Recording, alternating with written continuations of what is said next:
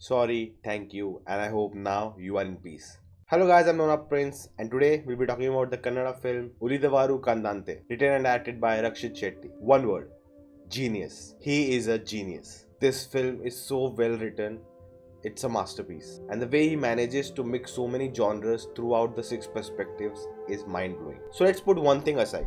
I'm sure a lot of people can see similarities between this and Pulp Fiction, and as well as Super Deluxe for that sake. Now, let's clarify things. I don't know if there was any other film that did it, but for me, it was Pulp Fiction that I first saw, which had different narratives which at the end interlinked with each other. Now, that was the first time I saw that and I was mind blown.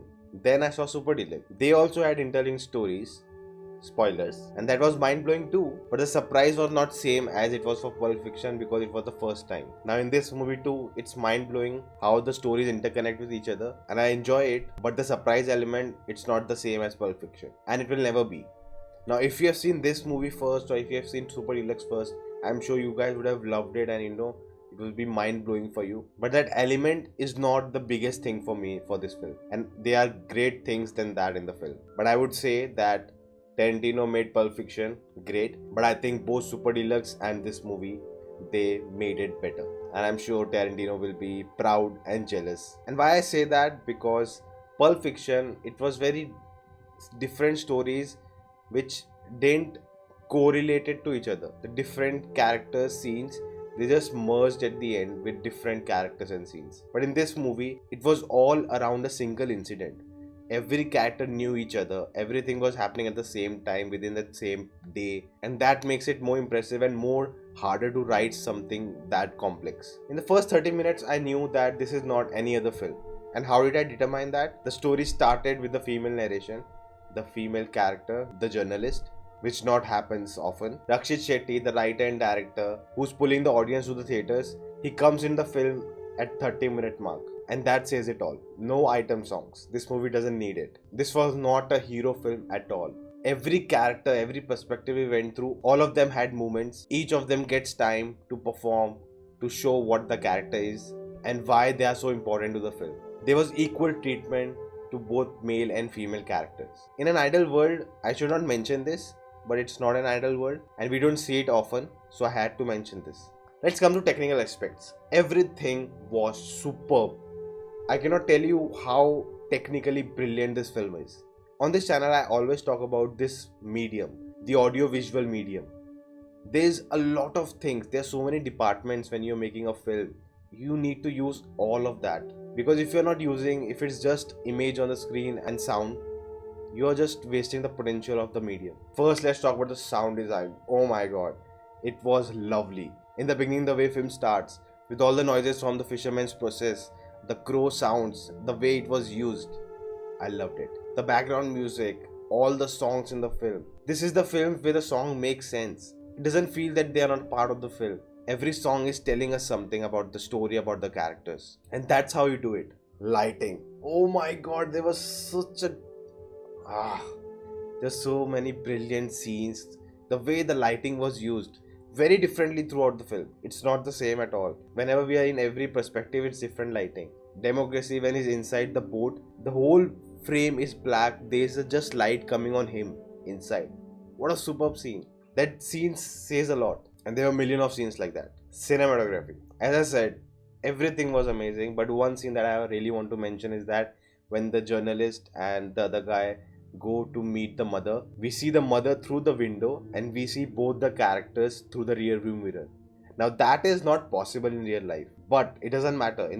In film you can do anything you want, and the way that the scene was composed, lovely.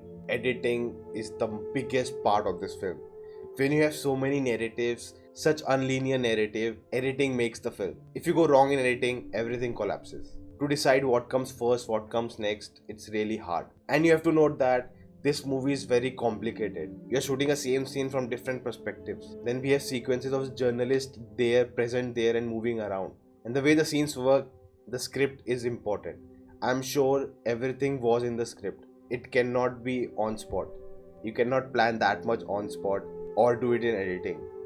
You have to have that on the script. And that shows you how detailed the script was. When we see a same scene from different perspectives, you have to shoot it multiple times, and it all merges so well. The connective tissues from one scene connecting to the other, it all matches so seamlessly. Let's come to the world building. I complained a lot about it in movies when you have characters, you have a story going on, but characters are just there and things are happening. There's no feeling of there's something bigger happening in the world around them. Now in this film, there's bigger things happening, but that's not the focus. Everything is in subtext. We can see there's illegal things going on around, but that's not the focus. But the film tells us that things are happening. There's more to this world than we are seeing. The robbery, the Bombay Mafia, all of these things exist, but they don't need to be in the plot, in the story, what we are watching. That establishes depth in the world. So many movies like that. Now let's come to the theme of the film. Different perspective. What is the truth? When I learned about this theme, I thought we'll get perspective of different people on the same incident. But we didn't get that. We got their perspective, what their story was going on. And by the end, we understood what really happened. But until the end, when Richie's friend says that he didn't kill his best friend Raghu, that left me confusing. Is he lying? Because if he is not lying, that means whatever we have seen till now, we cannot believe anything. That means it's a false narrative. And I kind of didn't like that twist because the film doesn't give me enough evidence to support the friend who said he didn't kill him. Because according to the story what we have been told till now, there was blood on the board which was cleaned off, according to Munna's perspective. So either we can believe that whatever we have seen is the truth, or we don't know what the truth is and the friend is telling the truth that he didn't kill his best friend. Then why did Raghu didn't show up to his mother's dinner? No idea.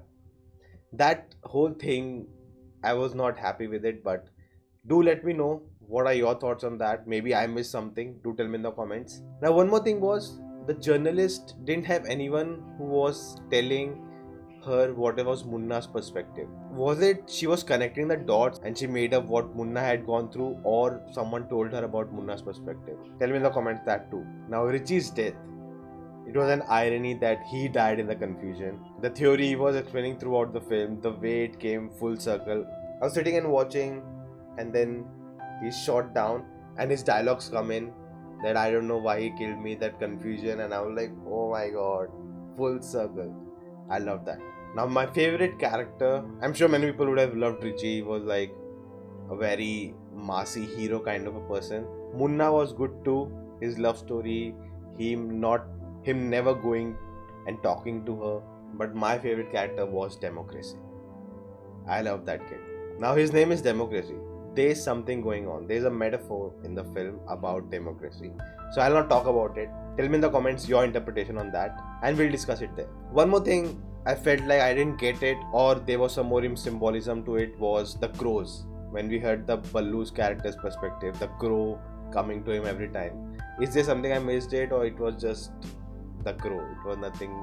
Maybe I'm reading too much into it. Now Rakshit Shetty, he was just 20% of the film. You can say it as a small role, but that tells you that he believes the story is above everything. The story is the real hero of a film, and I love that, and because of that I'm a big fan of him now. Him, Nani, these guys are people who putting the film, the art of cinema, before them. And I hope we get more artists, more actors like that, because that will evolve the cinema in our country. So guys, that's it. Thank you for watching this video. If you like this, thumbs up. If you didn't, thumbs down. No problems at all. Do let me know in the comments various things I asked you in the video and your thoughts on this review and this film. If you're new to the channel, check out other videos, and if you like them too, do consider subscribing. And I'll see you next time.